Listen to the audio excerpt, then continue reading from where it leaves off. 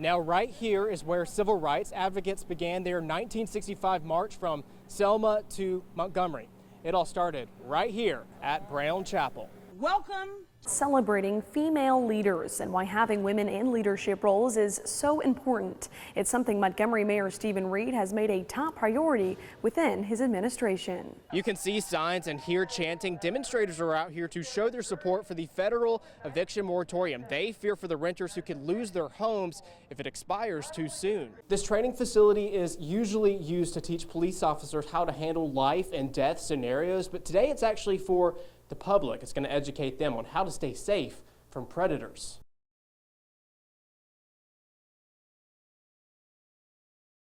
With fall approaching and hunting season right around the corner, the Buckmasters Expo is helping outdoor enthusiasts stock up. We've got vendors from all across the United States. They're so excited to be here and to be able to do a hunting show again. The annual expo was canceled last year due to the ongoing COVID-19 pandemic. I'm excited, but the vendors are excited because the vendors, this is the way they make a living. In addition to hunting apparel, knives, and hats, you can also find larger items. From hog traps to pontoon boats to Sig Sauer having scopes and binoculars. There is also food, especially if you have a sweet tooth. Vendors from all over are in attendance. We spoke to one selling ammunition.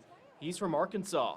So you had to wake up bright and early, right? That's right. Here at Remington, we hopped in the rental car at 4 a.m. and drove down here to be part of the Buckmasters Expo. If you hop by at the right time, you may see a Doc dog also taking a leap. This is just one of the events Buckmasters is offering for free. But event managers ask you to bring a canned good to benefit the Salvation Army and the Friendship Mission.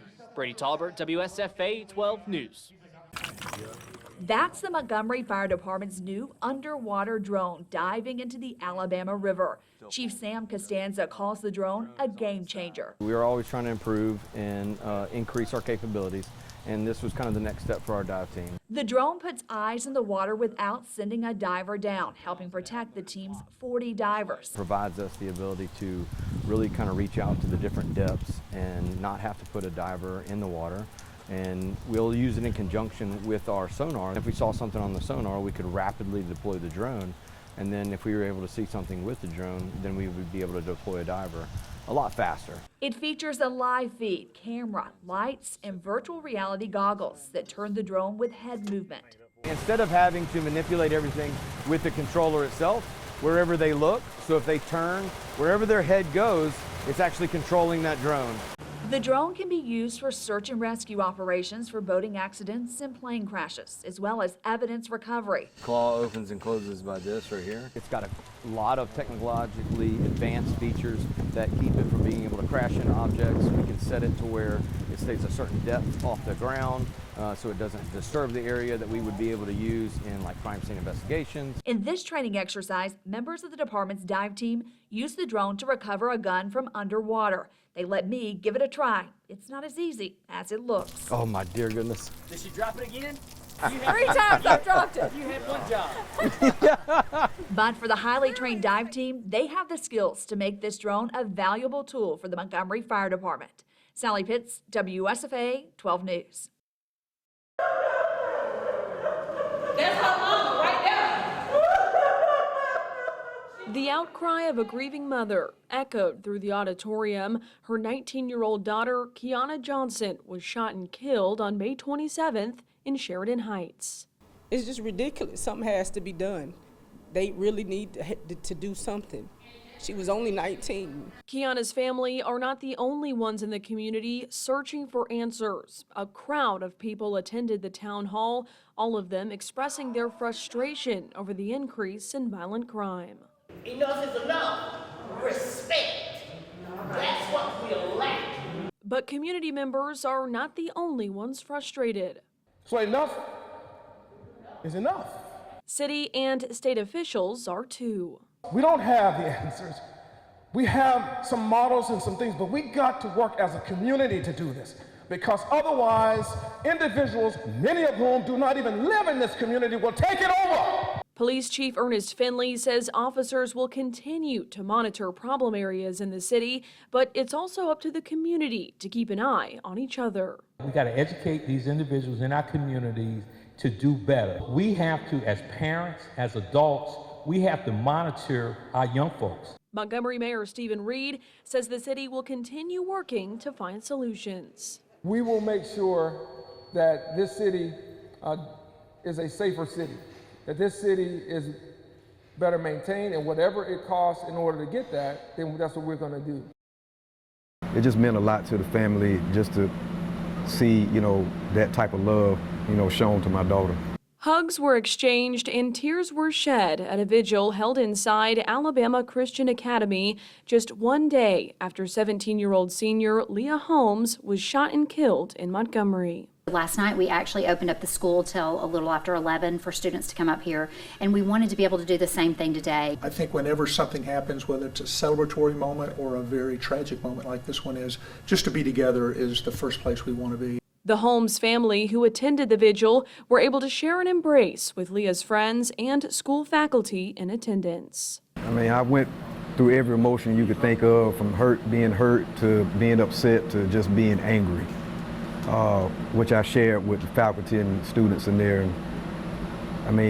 How do you feel when something like this happens? While police continued to investigate a motive, those who knew Leah gather to remember.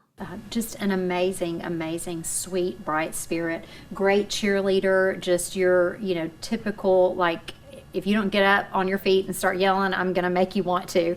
And she certainly did. She will always be an ACA Eagle, and we will carry her in our heart. A young life taken too soon, but one that will never be forgotten.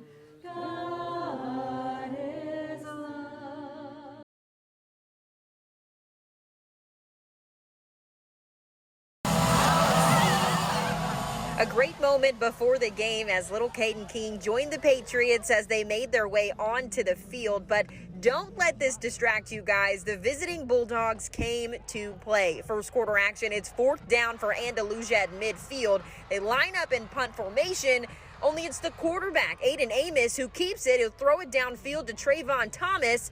First down, Bulldogs. They'd get in the red zone and make it count. Jamarian Burnett takes the snap, carries it in. Andalusia goes up 7-0. Patriots have an answer in the second, though. Quarterback Iverson Hooks scanning. He dodges the initial tackle and takes off before eventually finding his target. It's the 9th grader Anthony Rogers tie ball game at Patriots Stadium. But the Dogs won't be outdone. Next drive for Andalusia, it's Burnett again. He cuts to the sideline and is gone. He could have made it all the way back to South Alabama. No one was catching him tonight, boys and girls. Bulldogs take a 14-7 lead into halftime. Things would stay that way until the fourth quarter. Pike Road running back Winshaw Judkins officially joining the chat. He caps off a 93-yard drive with a score to put things level with 10 minutes to go, and boy, was he fired up. Freshman Anthony Rogers would punch home what would become the game winner on the next possession as Pike Road takes down Andalusia in this 5A regional showdown.